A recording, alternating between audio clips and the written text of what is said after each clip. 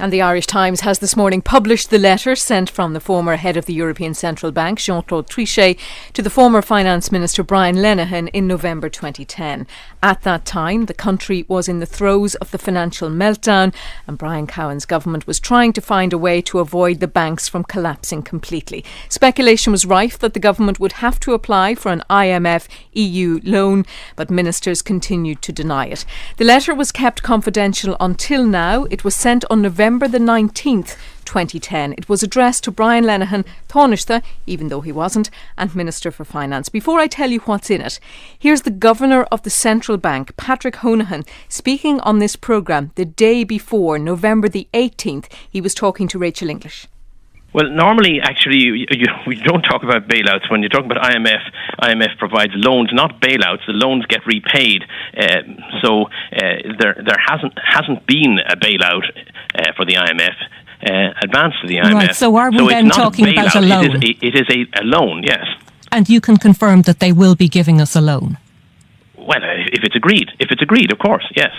That was Patrick Honohan speaking the day before this letter was sent, and the letter begins, "Dear Minister," and in it Mr Trichet tells Brian Lenihan the conditions under which the European Central Bank would continue to provide emergency liquidity assistance, or ELA, to the Irish banks. And I'll just summarise the 4 conditions that he says.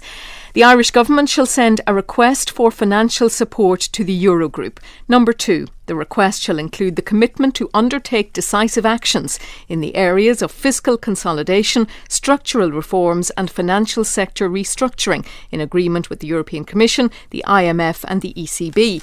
Number 3, the plan for the restructuring of the Irish financial sector shall include the provision of the necessary capital to those Irish banks needing it and will be funded by the financial resources provided at the European and international level to the Irish Government. And number 4, the repayment of the funds provided in the form of ELA shall be fully guaranteed by the Irish Government. The full text is in the Business and Technology section of today's Irish Times. Well, responding to the letter, the Finance Minister Michael Noonan has said it was a vital piece of information for the banking inquiry. Asked if Ireland was bullied, he said the letters speak for themselves. He said he reviewed the correspondence last night, having not read it for 3 years. We heard from Frankfurt yesterday, but not officially, that the letters might be released today after a meeting of the European Central Bank. So I reviewed the correspondence last night because I hadn't read it for about 3 years. And my view is that it's good, that the documentation is released.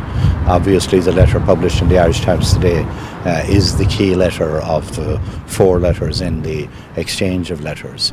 But it's going to be a vital piece of documentation for the banking inquiry. So I don't want to comment either way because the banking inquiry is up and running now. Obviously they will want to discuss the issues not only arising in the letter but around the letter. That's the Finance Minister Michael Noonan speaking on his way into the meeting of the Economic Management Council this morning. On the line now is Independent TD Stephen Donnelly. Stephen Donnelly, thank you for joining us. How would you characterise the contents of this letter?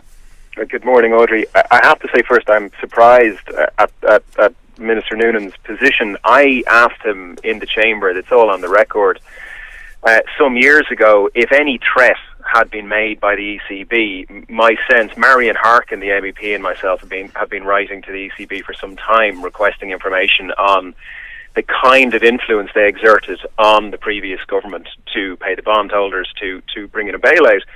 And Minister Noonan is on the record in the chamber as saying that no threat of any kind has ever been made by anyone in the ECB to any Irish politician or official. Now, I read this morning, this letter, as with everybody else, and it's about as threatening as can be. So I'd be very interested to hear why Minister Noonan has said that no threat has ever been made, if he's just confirmed that he read this letter 3 years ago.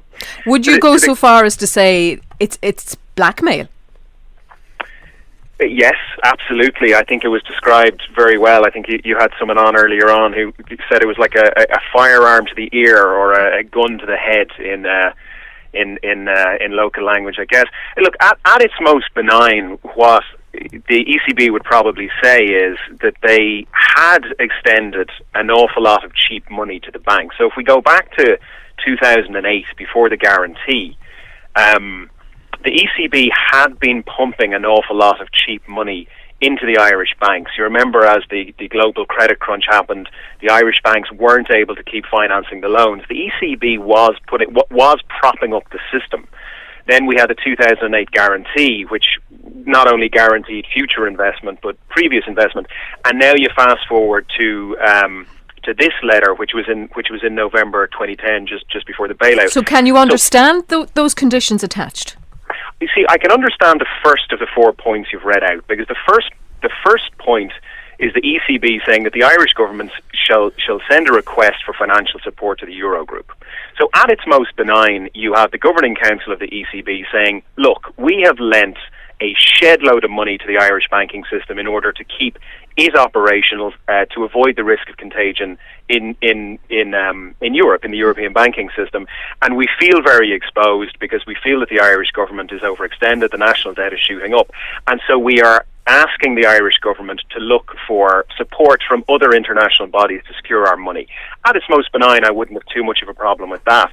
But the second point, to me, very seriously exceeds the mandate of any central bank, because what it says is the request shall include a commitment to undertake decisive actions in the areas of fiscal consolidation and structural reform. Now, in plain language, what fiscal consolidation means is it means you need to increase your taxes and reduce your expenditure.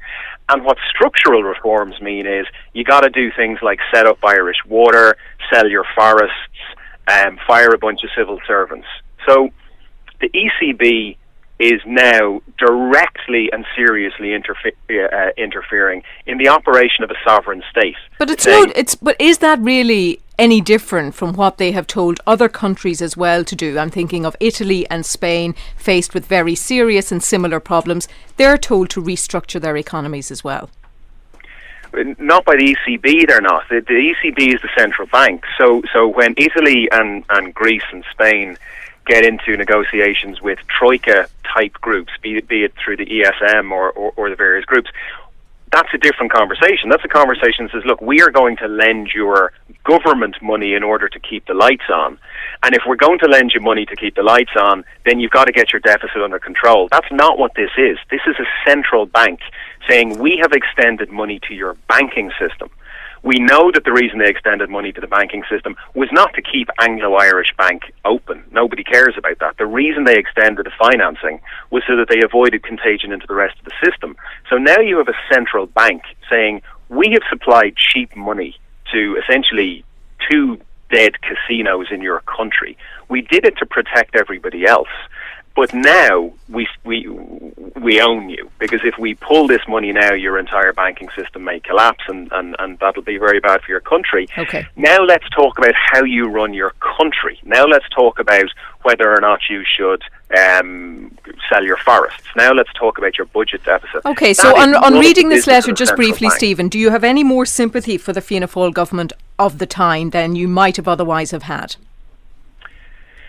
Well, certainly I have no sympathy with the original 2008 guarantee. I think it was an act of lunacy. But the joining of the Troika, with the ECB saying we will pull funding from your banking system, thereby collapsing your banking system, unless you apply for a Troika bailout, yes, I think it would make it very difficult for any sitting Minister of Finance not to do that. Okay, Stephen Donnelly, Independent.